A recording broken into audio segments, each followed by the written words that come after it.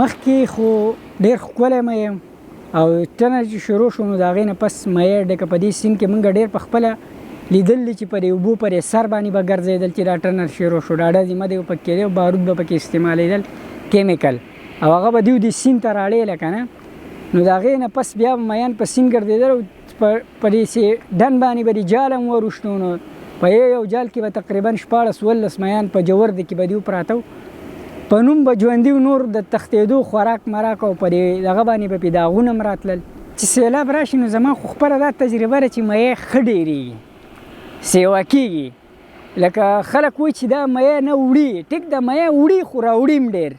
ښه ډېر سیوا کېږي مونږ چې کله سیلاب راشي نو د هغې نه پس مونږ ښه ډېر میان نیسو اورې ښه میی وږی په کونډه هم لم کوي نیوی هم شي په جال هم نیوی شي په ارځه کې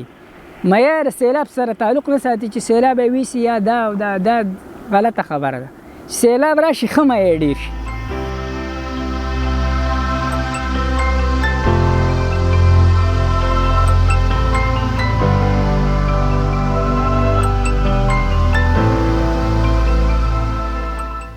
دا پارمی میا ده دې سیند میان چې کوم دي هغه سر سره دي سیند میان نه میلاویږي بایجان سیند میان ډېر کم کوز میلاویږي داسې خاص نه میلاویږي د میانو د کموالي وجه ده بس په سیند کې داسې ده چې میان ډېر نشته دی کوم نسلونه چې وراچلي اوس هغه فی الحال لکه غټ شوي نه دي چې څوک یې نیسي ډېر کچ کچ میان یې غټ نه وي ځکه د 300-400 ګرام 500 ګرام نه پکې غټې دانې نه راځي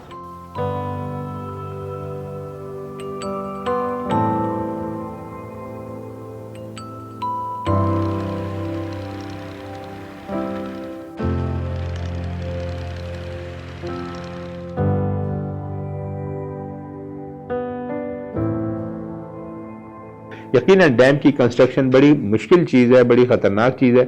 اور جب کیئر لیسلی کریں تو وہ پھر اور بھی زیادہ خطرناک ہے جس طرح بھی آپ نے فرمایا کہ وہاں پہ انہوں نے بلاسٹنگ کی ہے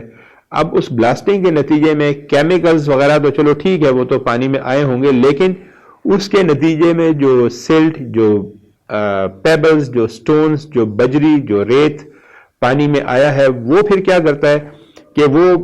دریا کا جو تہ ہے دریا کی جو باٹم ہے اس کے اوپر ایک تہ بچ جاتی ہے ایک لیئر بن جاتی ہے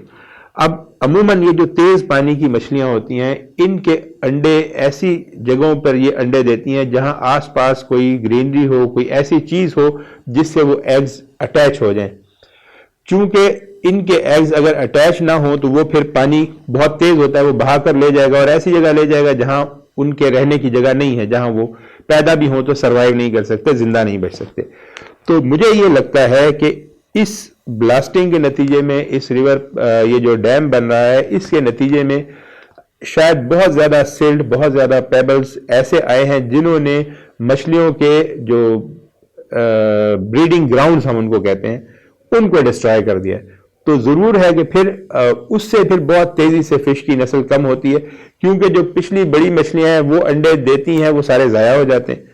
یا سب زیادہ تر اس میں سے ضائع ہو جاتے ہیں جو ہو گیا تو وہ تو ہو گیا اس کو ہم دوبارہ ریورس نہیں کر سکتے لیکن اب کیا کرنا چاہیے اس میں ہم سب کی ذمہ داریاں ہیں الگ الگ حکومت کو یہ چاہیے کہ پہلی بات تو یہ کہ جب بھی کوئی پروجیکٹ بنے تو اس میں جو ایکویٹک لائف ہے یا جو آس پاس کی جنگلی حیات ہے مچھلیاں ہیں یا اور بھی جو اینیملز ہیں اس کے ان سب کے اوپر کنفرم کیا جائے کہ ان کو ڈیمیج نہیں ہوگا پوری دنیا میں ہوتا ہے یہ کوئی پاکستان نیا ملک نہیں ہے جہاں پہلی دفعہ کوئی زندگی میں ڈیم بن رہا ہے ساری دنیا میں اس طرح کے ڈیمز بنتے ہیں لیکن وہ لوگ بہت کیئرفلی چیزوں کو آپریٹ کرتے ہیں کیئرفلی مینیج کرتے ہیں تو وہاں پہ ڈیمیج کم سے کم ہوتا ہے حکومت ہیچریوں میں مچھلیوں کے بچے پیدا کر کے ان کو دریاؤں میں ڈالتی ہے تاکہ لوگ مچھلی بڑھے اور لوگوں کو وہاں سے روزگار ملے شکار ملے اب ہمارے ہاں دوسرا ایشو کیا ہے کہ پھر یہ کہ تیسرا کام جو فشریز ڈپارٹمنٹ کرتا ہے وہ یہ کرتا ہے کہ مچھلیوں کے شکار پہ ایک پابندی لگاتا ہے ایک سیزن میں جو کہ مچھلی کا بریڈنگ سیزن ہوتا ہے تو ہمارے ہاں عوام کا مسئلہ یہ ہے کہ ہمارے ہاں کوئی پابندی ماننے کے لیے تیار نہیں ہے بریڈنگ سیزن میں بھی لوگ شکار کرتے ہیں اور دوسرا کام کیا کرتے ہیں ہمارے لوگ کہ بڑا ظالمانہ شکار کرتے ہیں لوگ کنڈے سے شکار کریں کسی کو اعتراض نہیں ہے